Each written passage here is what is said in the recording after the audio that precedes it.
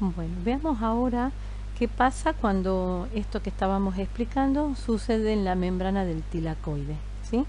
Fíjense, tenemos los dos fotosistemas, el fotosistema 2 y el fotosistema 1, ¿sí? Dentro del fotosistema 2 está el centro de reacción, ¿recuerdan? Y todo el complejo antena. Entonces, el complejo antena, ¿no es cierto?, por resonancia transfiere los fotones a la clorofila del centro de reacción. Esta molécula de clorofila se excita y transfiere un electrón al primer aceptor, que acá está está representada la plastoquinona. Cuando este se reduce, ¿sí?, cambia su conformación, se desplaza por la bicapa lipídica, y va a reaccionar con el citocromo. Reduce al citocromo y libera un protón hacia el espacio tilacoide. Se habla que hay un bombeo, un transporte de protones hacia el espacio tilacoide. Se habla de bombeo porque el espacio tilacoide es ácido, hay una alta concentración de protones y aún así, cuando esta serie de reacciones ocurre, se siguen liberando protones al espacio tilacoide, ¿sí? Entonces, la plastoquinona reduce el citocromo también cambia su conformación, va a reducir a la plastocianina y va a liberar un protón hacia el espacio tilacoide. Cuando la plastocianina se reduce, es capaz de entregar luego su electrón a la clorofila que se ha oxidado, que ha reaccionado en el fotosistema 1. Entonces, cuando la plastocianina entrega electrón a la clorofila del fotosistema 1, esta clorofila, cuando se excita, cuando recibe los fotones, ¿sí?, se excita y va a reducir, ¿sí?, a la ferredoxina. La ferredoxina reducida, ¿sí?, puede reaccionar con la NADP reductasa, haciendo que ésta reduzca un NADP a NADP reducido. Bien, esta interacción de la ferredoxina con la NADP reductasa lo que hace es inducir un cambio conformacional en este complejo enzimático para que se exponga a su sitio activo y pueda reducir a su cofactor, que es el NADP oxidado. Bien, ¿qué pasa con la clorofila en el fotosistema 2 y en el fotosistema 1 cuando reaccionan, cuando se excitan y transfiere un electrón? En el fotosistema 2 a la plastoquinona, en el fotosistema 1 a la ferredoxina. La molécula de clorofila, al transferir un electrón, ella se oxida. ¿Y quién le repone electrones a esa molécula de clorofila para que nuevamente pueda excitarse y seguir y sostener en el tiempo este tipo de reacción? En el caso del fotosistema 2 es el agua la que va a entregar electrones, le va a entregar un electrón a la clorofila. Fíjense ustedes que el oxígeno del agua tiene un estado de oxidación de -2. Luego, por una reacción que se llama fotólisis del agua, la molécula de agua se escinde, ¿sí?, el oxígeno entrega sus electrones a la clorofila y se va a oxidar y se libera como oxígeno molecular, cuyo estado de oxidación, como ustedes saben, es 0. Entonces el oxígeno pasó de un estado de oxidación de -2 a 0, es decir, se oxidó. Si el oxígeno se oxidó, alguien se redujo. Se redujo la clorofila, que se había oxidado, ¿sí?, porque había perdido un electrón. ¿Se entiende? En el caso del fotosistema 1, no es el agua la que repone el electrón a la clorofila, sino, como yo les dije recién, la plastocianina es la que va a reponer el electrón. Cuando la plastocianina se reduzca, va a ser capaz de transferir, va a estar en condiciones de transferir un electrón al fotosistema 1. Bien, y en todo este proceso, entonces, ¿qué hemos visto? El NADP ha sido reducido y al mismo tiempo se ha generado un gradiente de protones a ambos lados de la membrana tilacoide. Ha habido un bombeo, entre comillas, de protones hacia el espacio tilacoide. Lo mismo, algo similar a lo que sucedía en la membrana interna de la mitocondria ocurre aquí en el espacio tilacoide. Se genera un gradiente electroquímico, ¿sí? ¿Por qué? Porque hay un gradiente de concentración de protones y como se trata, ¿no es cierto?, de una carga, también hay una acumulación de carga positiva en el espacio tilacoide. Como ustedes saben, esa situación de la membrana es inestable. Se genera un potencial electroquímico que de alguna manera tiene que ser aliviado, porque esa situación de la membrana no puede permanecer. Se crea lo que se llama un potencial electroquímico o fuerza protomotriz. ¿Qué significa eso? Que los protones de alguna manera van a tratar de equilibrar las concentraciones a ambos lados de la membrana. Van a tratar, los protones que están en exceso en el espacio tilacoide van a tratar de pasar al estroma. Y solo hay una vía posible, y es la ATP sintetasa. Lo mismo que ocurría, o algo similar a lo que ocurría en la membrana interna de la mitocondria, ¿verdad? Entonces, los protones van a atravesar, ¿sí?, la ATP sintetasa, y ustedes saben que la subunidad F0 permite el pasaje de los protones, y en ese pasaje induce un cambio en su conformación que se transfiere también a un cambio de conformación en la subunidad catalítica, generando la fosforilación del ADP. Entonces el resultado de todo este proceso que se llama fotofosforilación acíclica, ya vamos a ver por qué, el resultado es la reducción del NADP a NADP reducido, la generación de ATP, ¿sí?, cuando se alivia este potencial, ¿no es cierto?, electroquímico, y también la formación de oxígeno por la reacción de fotólisis del agua.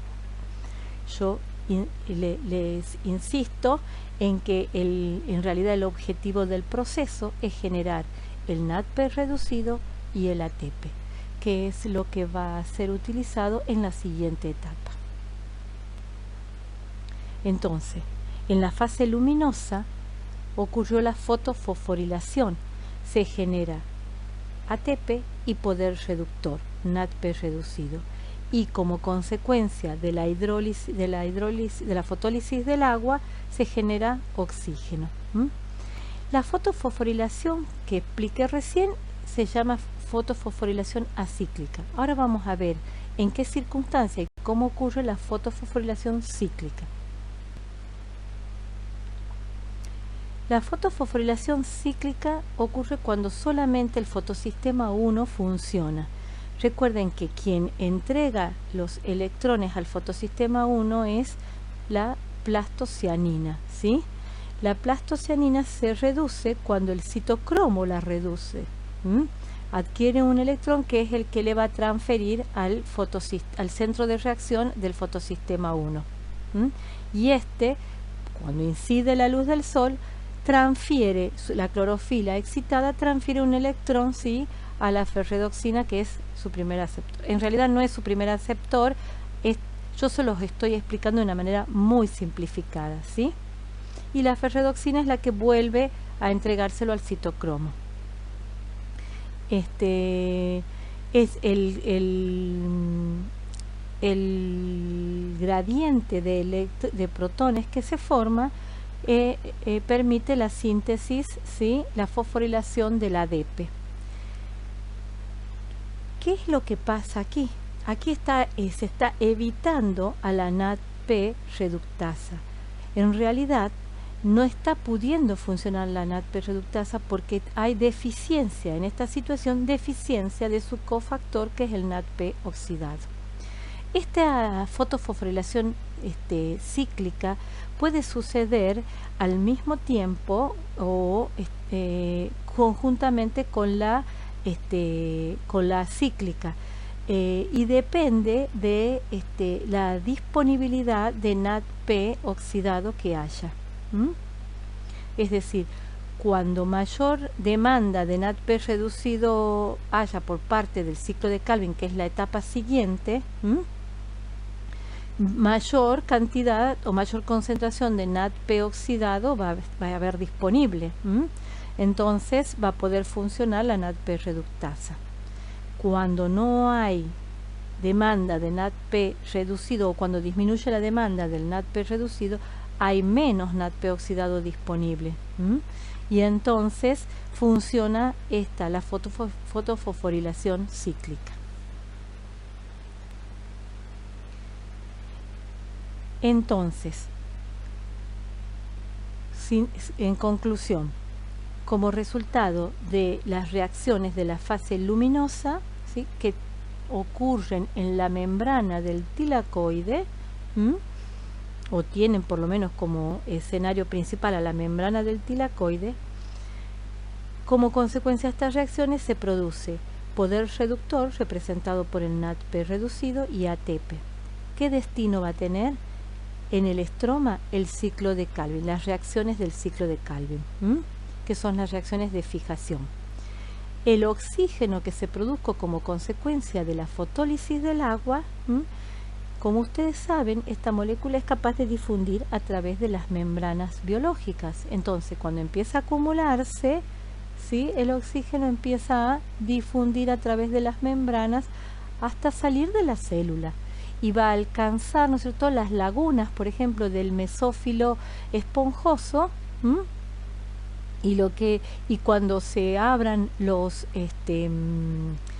estomas, va a difundir hacia el medio externo, movido, ¿sí?, movilizado por la diferencia de concentración, porque va a aumentar la concentración. Cuando aumente la tasa de fotosíntesis, aumenta o se acumula el dióxido de carbono dentro de la hoja, dentro de las células y luego dentro de la hoja propiamente. Bueno, entonces vamos a ver ahora la siguiente etapa, que es el ciclo Calvin. El ciclo, como todo ciclo, ¿sí?, es una serie de reacciones, ¿sí?, que finalmente termina por regenerar, ¿no es cierto?, la molécula, una de las moléculas que inicialmente, que participó en la reacción inicial. Por eso hablamos de un ciclo. Este ciclo de Calvin tiene tres etapas. Primero, ¿dónde va a ocurrir? En el estroma.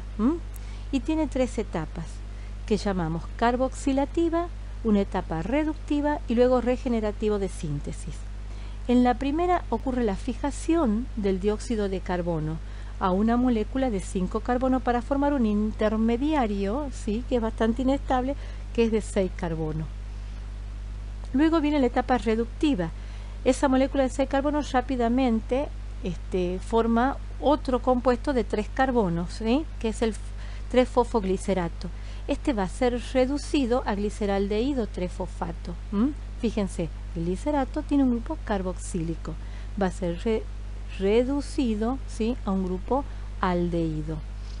En esta etapa participa el ATP y el NADP reducido, que se formaron en la etapa lumínica. Y luego tenemos la etapa regenerativa de síntesis, ¿sí? Cada 6 moléculas de gliceraldehído 3-fosfato, 5 se utilizan para regenerar la ribulosa 1,5-bifosfato, que es la primera molécula que participa, es la molécula que participa en la primera reacción del ciclo. Y una va a salir de esta serie de reacciones, ¿sí?, y va a ser desviada a las vías de síntesis de glucosa, ácidos grasos, aminoácidos. O sea, esa molécula, ¿sí?, de gliceraldehído 3-fosfato que sale del ciclo es la ganancia, ¿sí?, que es la ganancia de esta serie de reacciones. Cada 3 dióxidos de carbono que entre va a salir una de gliceraldehído 3-fosfato, y esa es la razón de ser de todo el proceso, ¿sí? Entra dióxido de carbono inorgánico, entra carbono inorgánico como dióxido de carbono a esta serie de reacciones y sale gliceraldehído 3-fosfato, que es carbono orgánico. Bueno, aquí está representado en forma bastante simple o simplificada, ¿sí? Todas las reacciones que ocurren en el ciclo de Calvin. Así es como nosotros nos hemos propuesto que ustedes lo estudien en este nivel, en esta asignatura. Cuando cursen química biológica van a ver que es bastante más complejo que lo que lo estamos viendo nosotros ahora. Bien, entonces, como les decía, entra dióxido de carbono. ¿Con quién reacciona? Con la ribulosa 5-fosfato, que es una molécula de 5 carbonos, ¿sí? La rubisco es la enzima que cataliza, ¿sí?, la carboxilación de esta ribulosa y forma un intermediario de 6 carbonos que rápidamente se escinde y va a formar el 3-fosfoglicerato. Este es el que se fosforila gracias al ATP. ¿De dónde viene este ATP? De la etapa lumínica. Y forma bifosfoglicerato. Luego este va a ser reducido a gliceraldehído 3-fosfato. Y es esta molécula la que puede desviarse hacia otras vías. El gliceraldehído 3-fosfato sigue en una serie de reacciones y termina por restituir la ribulosa bifosfato. Fíjense, ¿qué es lo que entra al ciclo? Esto es lo que nos importa a nosotros, que ustedes tengan bien claro dónde ocurre, qué es lo que ingresa, qué es lo que sale, ¿sí? ¿Cuál es la razón de ser del proceso? Bien, en el ciclo de Calvin tiene como objetivo, ¿sí?, fijar el carbono inorgánico. Para eso utiliza el dióxido de carbono, ¿sí?, que ingresa a la hoja a través de los estomas y va a ingresar hasta el estroma del tilacoide, difundiendo a través de la membrana, siguiendo un gradiente de concentración. ¿Por qué? Porque al ser consumido, al ser transformado acá, incorporado a otra molécula, el dióxido de carbono disuelto, ¿sí?, en el estroma va a ir disminuyendo a medida que aumente la tasa de fotosíntesis. Entonces, el dióxido de carbono reacciona con la ribulosa bifosfato gracias a esta enzima rubisco, que ya vamos a ver lo importante que es. ¿Qué es lo que entra, además del carbono inorgánico, al ciclo de Krebs? Entra ATP, NADP reducido, que provienen ¿de dónde? De la fase lumínica, ¿sí?, de las reacciones que ocurrieron en la fase lumínica. ¿Qué es lo que sale? Sale gliceraldehído 3-fosfato, ¿sí?, que ya eso es un azúcar de 3 carbonos que va a ir a la vía de la síntesis de la glucosa y de otros compuestos orgánicos. Lo importante es que algunos gliceraldehído 3-fosfato van a seguir en una serie de reacciones dentro de este ciclo para restituir la ribulosa bifosfato nuevamente. ¿Para qué? Para que siempre haya ribulosa bifosfato disponible para que la rubisco pueda fijar dióxido de carbono inorgánico y las reacciones puedan seguir. Entonces, a medida que esto suceda, va a haber demanda de NADP reducido, porque a medida que esto suceda, se consume el NADP reducido y se libera NADP oxidado. Mientras esto sucede, va a haber suficiente NADP oxidado para que funcione la NADP reductasa. Pero cuando la tasa sigue aumentando, hay mayor consumo de ATP que de NADP reducido, entonces la demanda de ATP a veces es mayor. Por eso es que funciona a veces el ciclo, la fotofosforilación cíclica. ¿Estamos de acuerdo? Bien.